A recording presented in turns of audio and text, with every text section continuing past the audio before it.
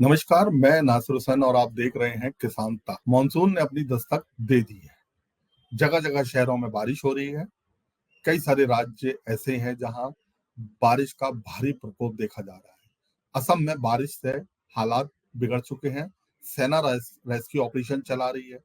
लोगों को बचाने के साथ साथ ही पशुओं को भी बचाया जा रहा है। मानसून जब भी आता है अपने साथ, खास तौर से अगर हम पशुओं की बात करें, तो बहुत सारी परेशानियां भी लेकर आता है। खास तौर से जहां बाढ़ आने की संभावना होती है या जहां पर जल भराव ज्यादा होता है या थोड़ा भी होता है, तो ये पशुओं के लिए परेशानी वाली बात है। इसमें पशुपालकों को कई तरह की परेशानियों का सामना करना पड़ता है।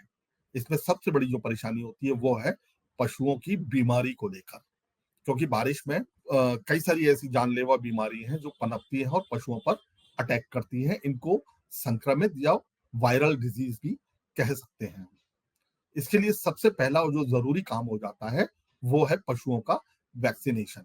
बहुत सारे राज्य अभी बाकी हैं जहाँ भारी बारिश होना या जो बारिश होती है उतनी होना भी बाकी है। इसलिए बेहतर होगा कि पशुपालक जल्द से जल्द अपने गांव में या नजदीक में जो भी पशु चिकित्सा केंद्र है या जो भी पशु चिकित्सक आसपास हैं, हेल्पलाइन नंबर है, उन पर संपर्क करके कुछ जरूरी एडवाइजरी, जरूरी हिदायत पशुओं के लिए ले सकते हैं। टीकाकरण के बारे में पूछ सकते हैं कि अभी हमें कौन कौन सा टीकाकरण करवाना चाहिए जिससे कि हमारे पशु बारिश के दौरान बीमारी से बचे रहें और हमारा दूध उत्पादन भी कम ना हो, जिसका नुकसान पशुपालक को सबसे पहले उठाना पड़ता है। लेकिन इसके साथ ही कुछ जरूरी टिप्स यानी कि कुछ जरूरी बातें हैं जो हर एक छोटे बड़े पशुपालक को जरूर अपनानी चाहिए, खास तौर से बारिश के दिनों में। अब चूंकि जुलाई का महीना लग चुका है, अगस्त है, यह इस दौरान जो है बारिश अच्छी खासी होती है। और बारिश के बारे में कुछ कह नहीं सकते कि बारिश आज हुई है तो कल नहीं होगी और परसों नहीं होगी, या आज नहीं हुई है तो कल जरूर हो जाएगी, कभी भी आ सकती है। इसलिए जरूरी है कि हम सबसे पहले उन उपायों को अपना लें जिससे बारिश के दौरान होने वाले नुकसान से बचा जा सके। सबसे पहला जो काम हमें करना चाहिए बारिश के दिनों में, कि जो पशु का शेड है, जो बाड़ा है जहां पशु बांधे जाते हैं, उसको अच्छा कर लें, चारों तरफ से सुरक्षित कर लें कि बारिश के दौरान कहीं कोई हिस्सा उसका गिरे ना। कोशिश करें कि जो शेड बनाए, जो बाड़ा बनाए, वो जमीन से थोड़ा सा ऊपर हो, जिससे कि अगर जल भराव भी होता है तो पानी पशुओं के बाड़े तक ना पहुंचे। कोशिश यही करनी चाहिए कि छत भी प्रॉपर हो, पानी ना टपके, पशु भीगे ना। इसलिए जो शेड है, जो बाड़ा है, उस पर एक बार चारों तरफ निगाह कर लें कि कहाँ का क्या कमी है, उसको दूर कर लें। इसके बाद परेशानी जो जल भराव और बाढ़ के दौरान सबसे ज्यादा आती है, और वो पशुओं के लिए नहीं इंसानों के लिए भी होती है, वो है पीने का पानी। कोशिश करें पानी का स्टॉक, साफ स्वच्छ पानी का स्टॉक ऐसा रखें जो ऐसे दिनों में, जल भराव के दिनों में, बाढ़ के दिनों में पशुओं के काम आए। क्योंकि अगर बरसात का पानी पशु पीता है तो आप ये मान के चले कि 100% उसको संक्रमित बीमारी, वायरल डिजीज होनी ही होनी है। उसे कोई नहीं रोक सकता, क्योंकि बहुत सारी बीमारियां पशुओं में पानी से होती हैं, प्रदूषित पानी पीने से होती है। इसलिए पानी का इंतजाम करें। तीसरी चीज है, सबसे इंपॉर्टेंट, वो है पशुओं का चारा, यानी पशुओं को चराना। क्योंकि जब जलभराव होता है, बाढ़ आती है, बारिश आती है, जगह जगह चारा भीग चुका होता है, पेड़ पौधे, जो खेतों में भी जो चारे की फसल है वो भी भीगी हुई होती है। आमतौर पर बहुत सारे पशु गीला चारा नहीं खाते हैं, या ये भी कह सकते हैं कि चारे के अंदर इस मौसम में बहुत ज्यादा नमी आ जाती है। उस नमी से पशुओं को पेट संबंधी कई तरह की बीमारियां भी होती हैं।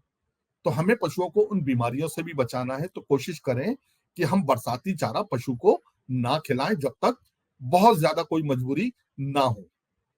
इसके लिए एक उपाय हम कर सकते हैं अभी भी, जहां बारिश ने अपना बड़ा असर नहीं दिखाया है, वो है साइलेज और हे।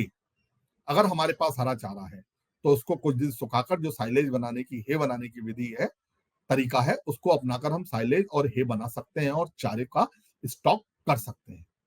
और वो ऐसे ही दिनों में काम आता है जब बारिश होती है, जलभराव होता है, बाढ़ आती है। तो ऐसे में हम पशु को एक अच्छा साफ सुथरा चारा खिला सकते हैं, पौष्टिक चारा। तो ये चारे की जो समस्या है वो इन दिनों में बहुत परेशान करती है। वैक्सीन की बात हमने कर ली, वैक्सीन जरूर कराएं, क्योंकि इस मौसम में अगर पशु को बीमारियों से कोई बचाएगा तो वो है वैक्सीन, यानी टीका। टीकाकरण पशु का बहुत जरूरी है। अब हम आते हैं पशुओं की टैगिंग पर, उनकी पहचान पर, उनके रजिस्ट्रेशन पर। अगर पशु की पहचान है, उसका रजिस्ट्रेशन है, उसकी टैगिंग प्रॉपर कराई है आपने, तो ये आप मान के चलिए कि अगर ऊपर वाला ना करे, किसी पशुपालक के साथ कोई दुर्घटना हो जाती है, उसका पशु करंट की चपेट में आ जाता है, या जो आसमान से बिजली गिरती है उसकी चपेट में आ जाता है, बाढ़ में बह जाता है, या उसके ऊपर कोई पेड़ गिर गया, या जो बाड़ा जो शेड है उसका कोई हिस्सा उसके ऊपर गिर गया, पशु की मौत हो जाती है, तो ये जरूरी हो जाता है कि उस पशुपालक को फिर बीमा का लाभ मिले। लेकिन बीमा कराने में और बीमा मिलने में जो सबसे ज्यादा सहूलियत पैदा करता है वो है टैगिंग, पशु का रजिस्ट्रेशन। अगर पशु का रजिस्ट्रेशन है तो इन सारे काम में बहुत आसानी हो जाती है, वैक्सीनेशन में भी बहुत आसानी हो जाती है। अगर पशु का रजिस्ट्रेशन है तो डॉक्टर उस रजिस्ट्रेशन नंबर के आधार पर उसका रिकॉर्ड देख लेता है, इसको कौन कौन सी वैक्सीन लग चुकी है, कौन सी कब लगनी है। वैक्सीनेशन में भी बहुत मदद करती है टैगिंग। तो टैगिंग जरूर कराएं, रजिस्ट्रेशन जरूर कराएं, बीमा में बहुत आसानी रहेगी। इसके अलावा बहुत सारी सरकारी योजनाएं भी आती हैं, जैसे लोन की भी योजना होती है, और उससे जुड़ी अब पशुपालकों के क्रेडिट कार्ड भी बनने लगे हैं। जैसे किसान क्रेडिट कार्ड है, ऐसी पशुपालक का क्रेडिट कार्ड है। अगर पशु का आपके का रजिस्ट्रेशन है, उसकी टैगिंग कराई है आपने प्रॉपर, तो आपको ये कार्ड बनने में आसानी रहेगी, उसका लाभ, उसका फायदा उठाने में आसानी रहेगी। तो ये काम आप जरूर कराएं, खासतौर से इन दिनों में ये आपकी बहुत मदद करेंगे, आपको कई तरह की परेशानियों से बचाएंगे।